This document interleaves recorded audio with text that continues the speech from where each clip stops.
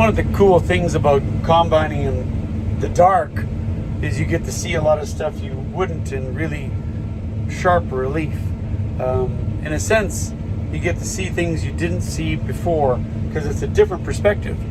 And that's really where I think teaching is sort of important. You get a different perspective. And you have to consider that students have different perspectives. So you want to try to consider what is it that they see.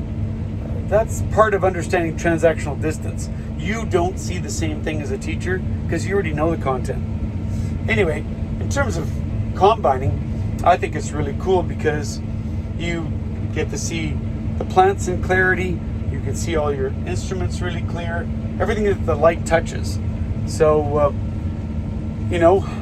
understanding that students are going to see things differently than you do, or, trying to find a way to put yourself in the dark, per se, put yourself into the dark, that's how you might better understand how to help a student. Put yourself in the dark. Take a different perspective than you would normally. See something clearer. That's not that easy. How can you do that as a teacher in a practical sense? Well, here's one.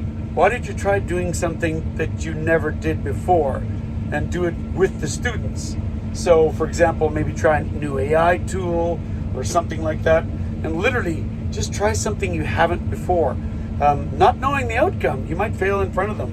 And in fact, that's a pretty good idea because then you have a sense of exactly what they're doing.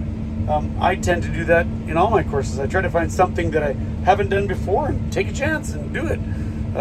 Again, puts me right alongside them and explain as long as you go along what's going on.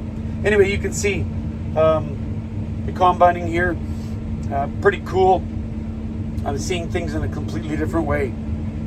All right, with that, hopefully to see you online.